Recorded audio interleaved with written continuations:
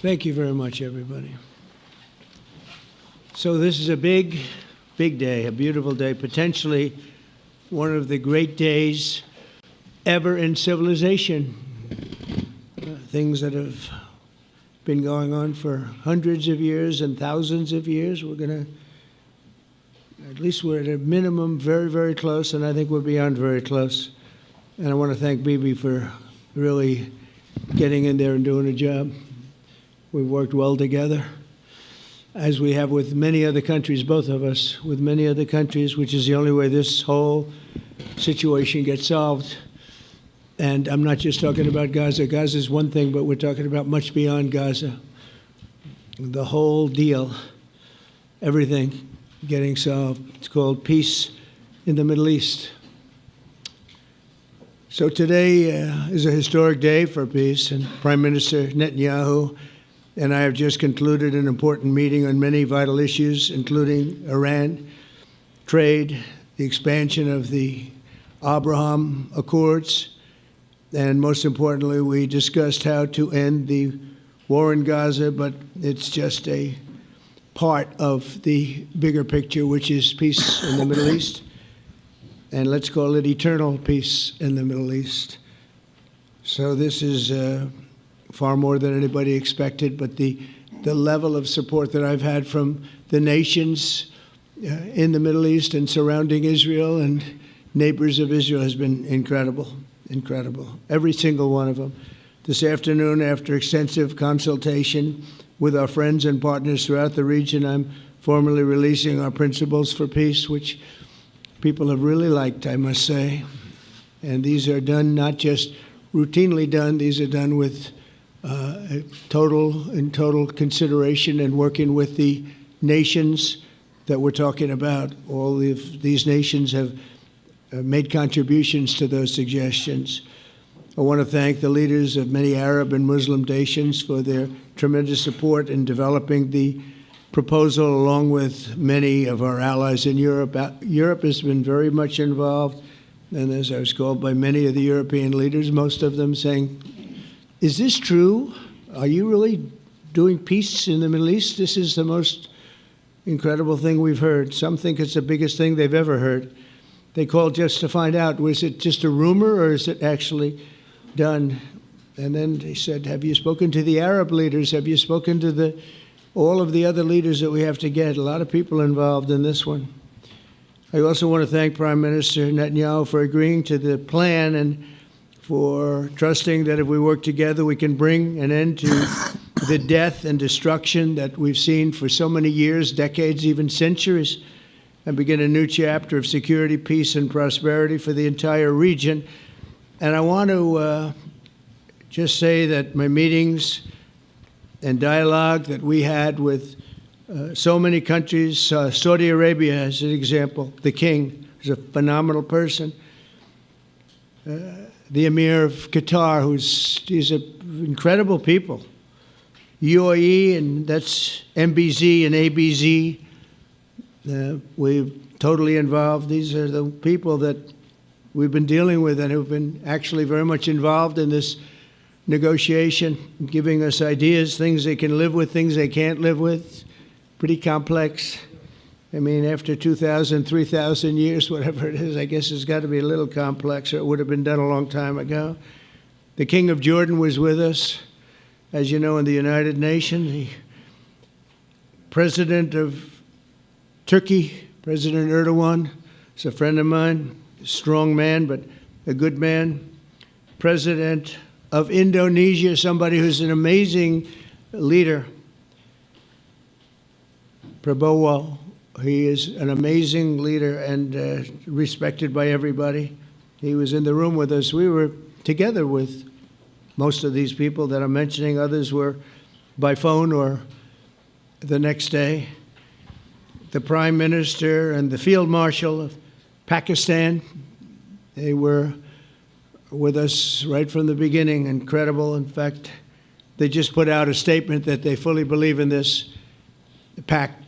It just came out just as I was walking around. They said, sir, you have a big notice from the Prime Minister of Pakistan and from the Field Marshal that they back this 100%.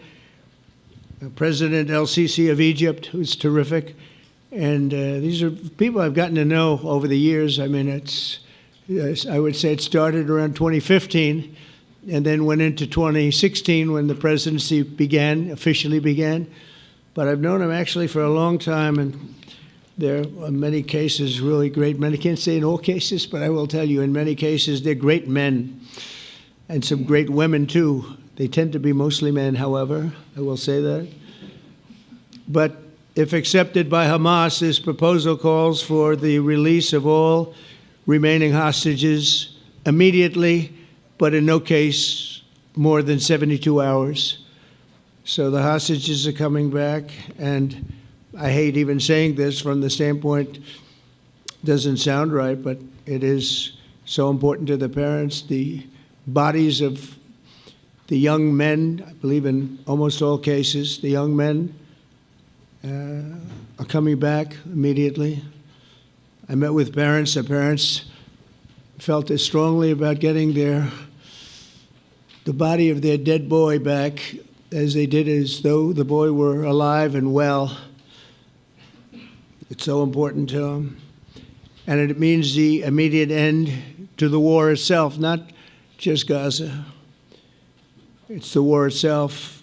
Under the plan, Arab and Muslim countries have committed, and in writing in many cases, but I actually would take their word for it. The people I mentioned, I'd take their word for it, to demilitarize Gaza, and that's quickly.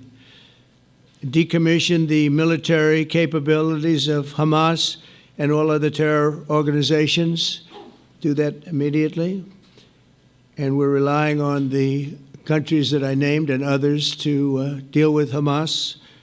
And I'm hearing that Hamas wants to get this done too, and that's a good thing. And destroy all terror infrastructure, including the tunnels, weapons, production facilities. They have a lot of production facilities that we're destroying. They'll also help train local police forces in the areas that we're discussing right now, in particular in and around Gaza, working with the new transitional authority in Gaza. All parties will agree on a timeline for Israeli forces to withdraw in phases. They'll be withdrawing in phases. No more shooting, hopefully, as progress is made toward achieving these goals. Arab and Muslim nations need to be allowed the chance to fulfill these commitments of dealing with Hamas. They have to deal with them because they were the one group that we have not dealt with. I haven't dealt with them. But the Arab countries are going to, and Muslim countries are going to be dealing with Hamas, and I believe they've already been there. I think they probably have an understanding, and they haven't maybe mentioned that, but I would imagine they do. Otherwise, they wouldn't have gone as far as they've gone. If they're unable to do so, then Israel would have the absolute right and actually our full backing, the U.S. full backing. Marco's here, and a lot of our leaders are here, our great Vice President, Susie Wiles, Steve Witkoff, Jared Kushner. They've been so involved in this process. I don't think anybody else could have done it or even come close. But it's we're right there. We're right there. First time in thousands of years, I think you can probably say, if you really look into it, if you study back, if you're a scholar, you would say thousands of years. Israel would have my full backing to finish the job of destroying the threat of Hamas. But I hope that we're going to have a deal for peace. And if Hamas rejects the deal, which is always possible, they're the only one left. Everyone else has accepted it. But I have a feeling that we're going to have a positive answer. But if not, as you know, Bibi, you'd have our full backing to do what you would have to do. Everyone understands that the ultimate result must be the elimination of any danger posed in the region, and that danger is caused by Hamas. The tyranny of terror has to end, and this is, again, something that we're looking for. This is eternity. This is for forever. To ensure the success of this effort, my plan calls for the creation of a new international oversight body, the Board of Peace, we call it, the Board of Peace, sort of a beautiful name, the Board of Peace, which will be headed, not at my request, believe me, I'm very busy, but we have to make sure this works.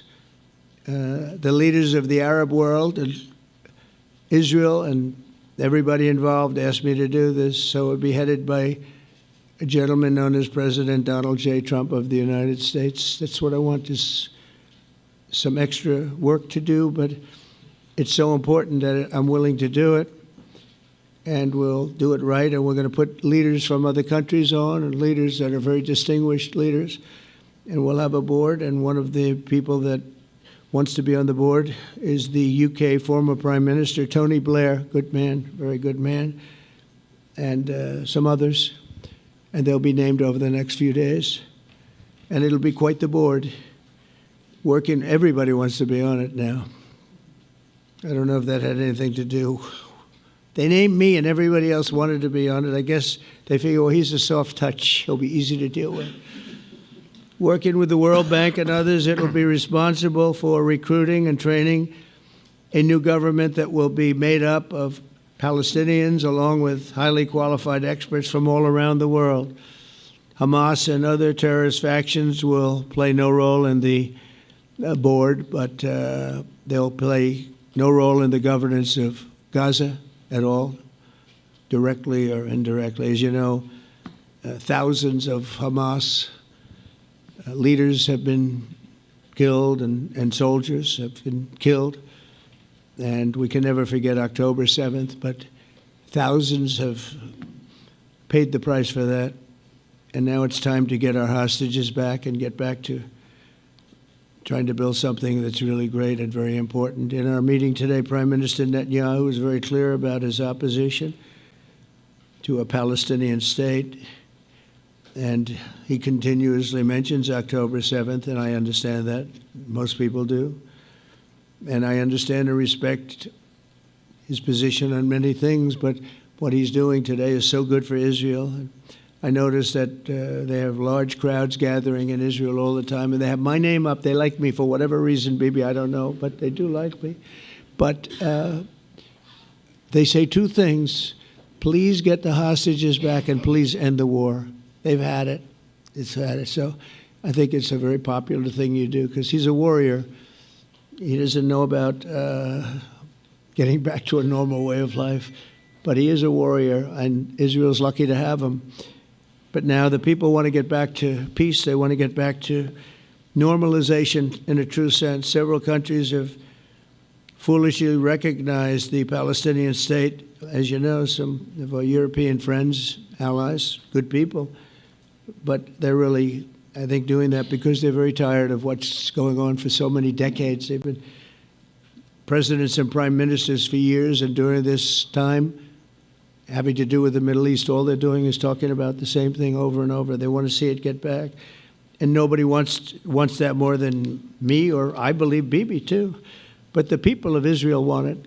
They really want it. They want the hostages back.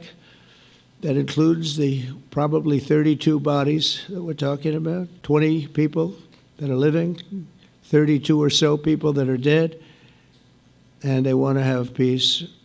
So let us not forget how we got here. Hamas was elected by the Palestinian people. Israel withdrew from Gaza thinking they would live in peace. Remember that a long time ago? They withdrew. They said, you take it. This is our contribution to peace. But that didn't work out. That didn't work out. It was the opposite of peace. They pulled away. They let them have it. And I never forgot that, because I said, that doesn't sound like a good deal to me. As a real estate person, I mean, they gave up the ocean, right? Ron, they gave up the ocean. They said, who would do this deal? And it still didn't work out. They were very generous, actually. And they gave up the most magnificent piece of land in many ways in the Middle East. And they said, all we want to do now is have peace. And that request was not honored. Instead of building a better life for the Palestinians, Hamas diverted resources to build over 400 miles of tunnels and terror infrastructure. rocket production facilities and hid their military command posts and launch sites in hospitals, schools, and mosques. So if you went after them, you'd be after them, and you wouldn't even realize you ended up knocking out a hospital or school or a mosque. That terrible thing, terrible, terrible way to have to fight. No fight is good, but that's a real bad one. So there are many Palestinians who wish to live in peace. Many. I've seen so many of them. And they have support. And I challenge the Palestinians to take responsibility for their destiny, because that's what we're giving them. We're giving them responsibility for their destiny, fully condemn and prohibit terrorism and earn their way to a brighter future. They don't want the life that they've had. They've had a rough life with Hamas. If the Palestinian Authority does not complete the reforms that I laid out in my vision for peace in 2020, they'll have only themselves to blame. We're giving them an amazing footprint, and they have amazing support from the leaders of the Arab world and the Muslim world, the great leaders. These are great leaders. These are unbelievable leaders that have built great countries and very wealthy countries.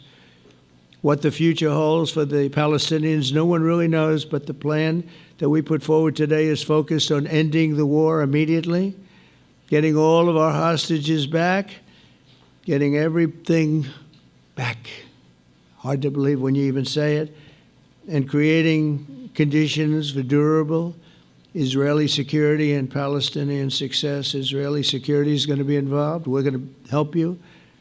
We'll be there with you in terms of helping with security. We want to make sure it works. We just want to make sure it works. There shouldn't be a shot fired. Now, there will be, I guess, because that's the way it seems to be, but there shouldn't have to be within a few days. There shouldn't have to be a shot fired. Maybe for eternity. Wouldn't that be nice? I hope it's true. I can tell you the leadership of that region feels that there's a good chance of it being true. So this will lead to this agreement that we're talking about will lead to a sustainable long-term peace.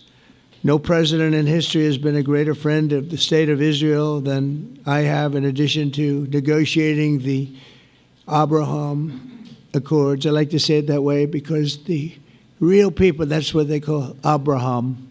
I would say Abraham, but it's so much nicer when you say Abraham. So much more elegant. But the Abraham Accords, they're amazing. Jared, you did that along with your group of geniuses, and nobody thought that could be done. We have 4 countries, and Sleepy Joe Biden didn't do a thing. He didn't even know what the hell they were. He should have had them fold up. But I think this will also lead to packing them. And who knows, maybe even Iran can get in there. I hope, we hope we're going to be able to get along with Iran. I think they're going to be open to it. I really believe that. But they could be a member. I long ago said, I'll bet you at some point Iran will be a member of the Accords. And little did I realize it was going to take this turn. That was some turn we did with the B-2s. But I think they might very well be there because it's a great thing for them economically. I recognize the eternal capital of Israel. I opened the American embassy in Jerusalem. That was something that everyone said would never be done, could never be done. Virtually every president for many, many years, for decades, would campaign on making Jerusalem the capital of Israel. They campaigned on it over and over. Is that right, Steve? Is that right? Everyone, and when they got to it, and I understand why now, because it was so, when I got to office, I campaigned on it too. I said, we're going to make it, and then I'd get calls from the leaders of various countries saying, please don't do it, please don't do it. It'll end the whole world, please don't do it. And finally, I just didn't say anything, and I did it. People were calling me before I did it because I heard I was going to do it, and leaders of countries were calling me, and I think it was on a Thursday that I did it, and they'd call me Monday, Tuesday, Wednesday, 3-4 times a day, and I said, tell them I'll call them back on Friday. And I announced it on Thursday, and I called them back, the biggest people in the world, and they said, you've done it. I said, done what? You've made the capital of Israel, Jerusalem, and we wanted to talk yet. I wish you called me a little sooner. Maybe I could have done something about So that was a lot easier than getting into an argument, because I knew what they were calling about. And you know what? It turned out to be amazing. Everybody thought it was going to lead to the end of the world, right? The end of the world, Ron, that's what they said. It didn't lead to anything. It just led to something that I promised, and something that was very, very popular for Jewish people and a lot of other people, too. I recognize Israeli sovereignty over the Golan Heights, and I cut taxpayer funding to the corrupt United Nations Relief and Works Agency. And United Nations was interesting because, as you know, a few days ago they introduced me. Ladies and gentlemen, the President of the United States. I'm looking at my teleprompter, and the thing was dead, stone cold, dead. The thing's up here. I have a long, beautiful speech to make. I'm back 30 feet back, and I'm saying, they're introducing me. There's nothing on my teleprompter. So, but I made a speech. I actually got good marks. You think Biden could have done that? I don't think so. I don't think he could have done that. I don't think too many people could have done it. But actually, it was actually more of a speech from my heart, if you want to know the truth. I think it was maybe better in certain ways because it was from the heart. It has to be from the heart. Otherwise, you're in big trouble. But I cut taxpayer funding for that very corrupt United Nations Relief and Works Agency, and nobody thought that would be done, and withdrew from the horrible Iran nuclear deal that was imposed upon Israel by Barack Hussein Obama and Biden. And I don't think Biden knew anything about it, though. I don't think he knows anything about it now, actually, if you ask him. He'd say, what is that? And we obliterated Iran's nuclear enrichment capacity, making it impossible for them to have a nuclear weapon, which they would have had probably in about 2 months from that. But I've never asked Israel to compromise its security, but we had big, strong talk. Nobody's been better to Israel. No president's been better to Israel than Donald Trump. But we had a long, strong talk, Bibi and I, and he understands it's time. It's time. History has shown, and the people of Israel want it. And the people of the Middle East want it. The people of enemies of Israel want it, but they don't have really too many enemies right now. And you know what? Many countries have gained great respect for Israel, for the way they fight, for the job they do, including me. I had respect anyway, but they gained respect. History has shown us that those who have relations with Israel have thrived, while those who have devoted resources and attention toward the destruction and even annihilation of Israel have languished. They haven't done well. Israel is not going anywhere. They're going to coexist with other people and countries in the region, from Syria to Lebanon to Saudi Arabia. The promise of a new Middle East is so clearly within our reach. This is the closest we've ever come to real peace, not fake peace, not political fool's peace. If we can get this difficult problem solved, the opportunities for all within that vast region of this world, it's a vast region, it's unlimited. The Abraham Accords show that all countries are better off when they communicate and work together and embrace new opportunities. I hope Jared and Steve and Susie and Marco and JD, we have great people. I hope you guys are going to work very hard to get these other countries in, because now they have no excuse. There's no longer an excuse.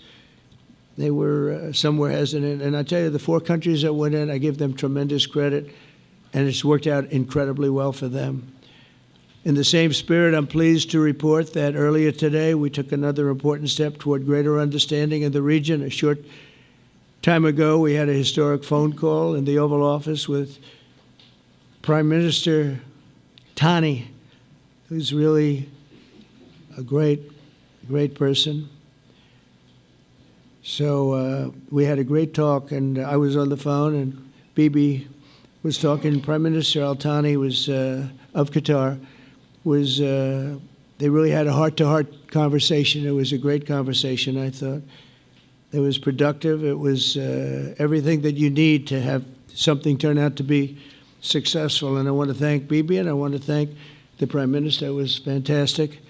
We agreed to launch a formal trilateral mechanism between Israel, Qatar, and the United States to begin a dialogue to enhance mutual security, correct misperceptions, and avoid future misgivings. And I want to thank Qatar, its leadership, and the Emir.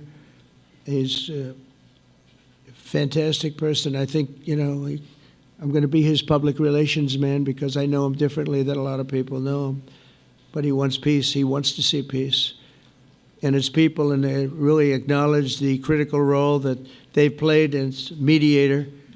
And again, we're not quite finished. We have to get Hamas, but I think they're going to be able to do that. So now it's time for Hamas to accept the terms of the plan that we've put forward today. And again, this is a different Hamas than we were dealing with because I guess over 20,000 have been killed. Their leadership has been killed 3 times over.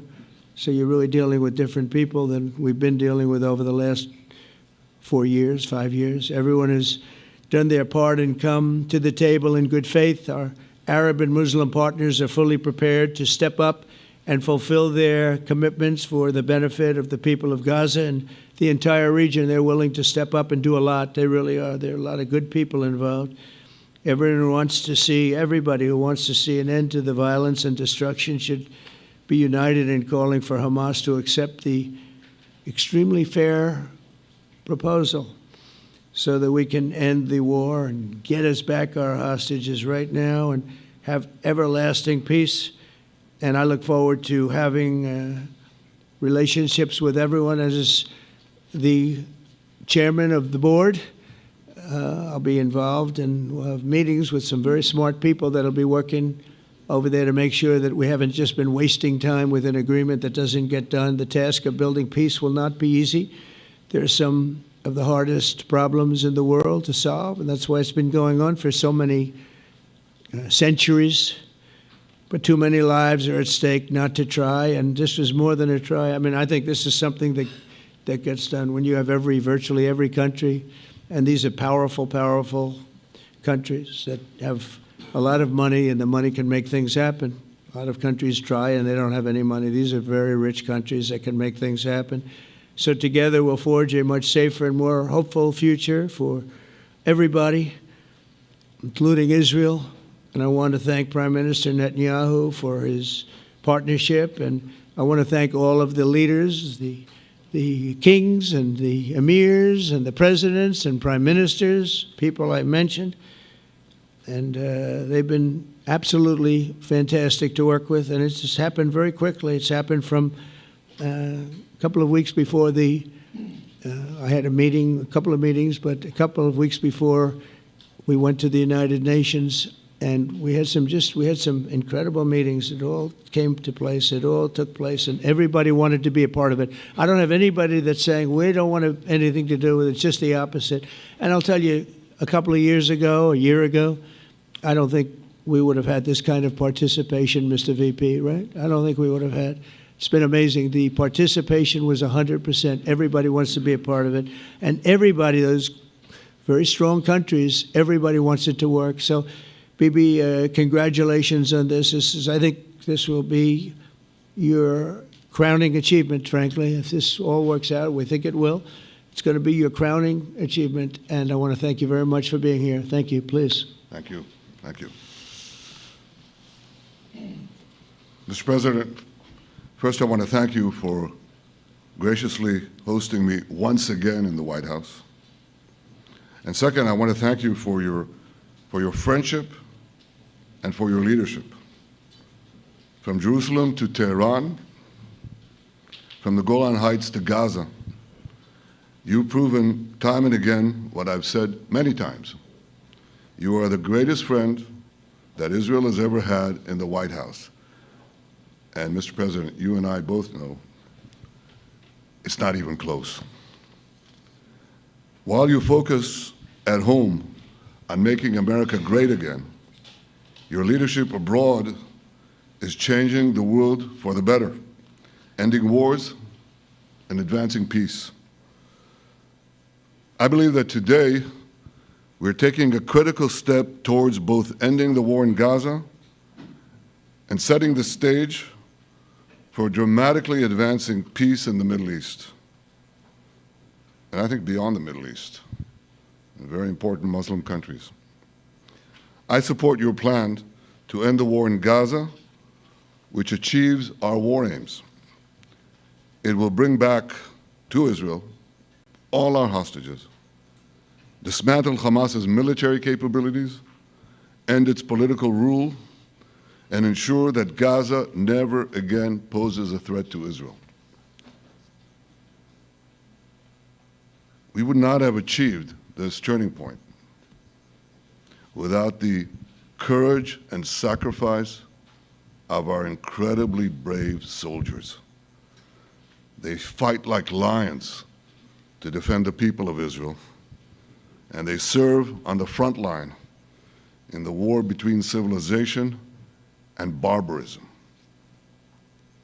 Mr. President, when our two countries stand shoulder to shoulder, we achieve the impossible. Just a few months ago, in Operation Rising Lion and Operation Midnight Hammer, we struck a decisive blow against Iran's nuclear and ballistic missile program. Your bold decision to send those B-2s made the region safer and the world safer. Now, under your leadership, we're taking the next step to win the war and expand the peace. Your plan is consistent with the 5 principles my government set for the end of the war and the day after Hamas. Everybody asks, what is your plan for the day after Hamas? Here's our plan. Passed it in the cabinet. All our hostages, both those who are alive and those who died, all of them will return home immediately.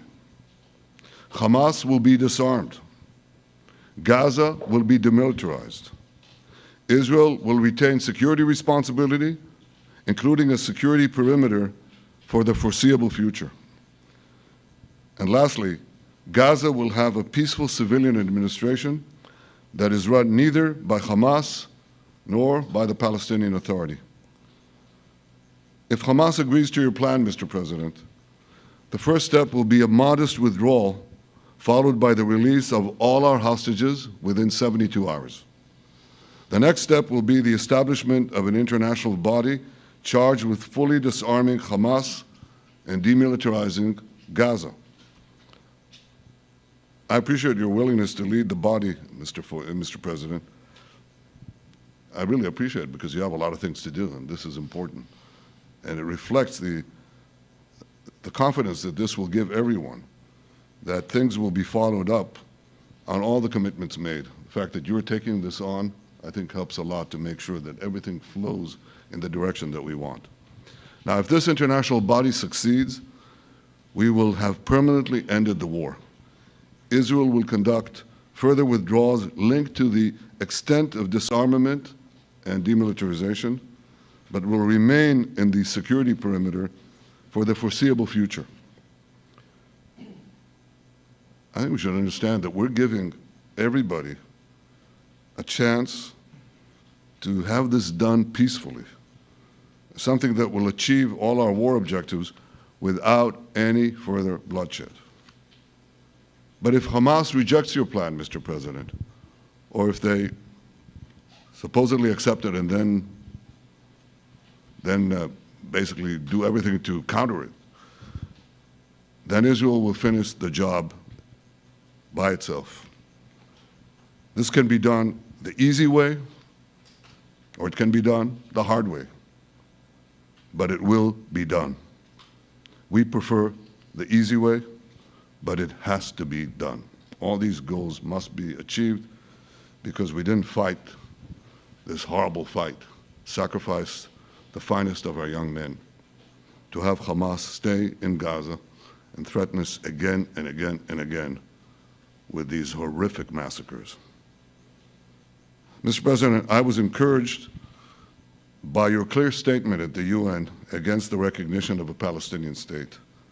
That would be an outcome that, after October 7th, would reward terrorism, undermine security, and endanger Israel's very existence. As for the Palestinian Authority, I appreciate your firm position that the PA could have no role whatsoever in Gaza without undergoing a radical and genuine transformation. In your 2020 peace plan, which you mentioned just now, you made clear what that transformation requires. It's not lip service. It's not checking a box. It's a fundamental, genuine, and enduring transformation.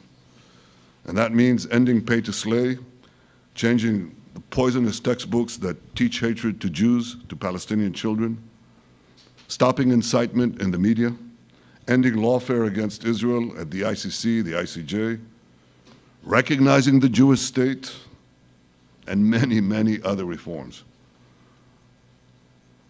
It won't come as a surprise to you that the vast majority of Israelis have no faith that the PA Leopard will change its spots.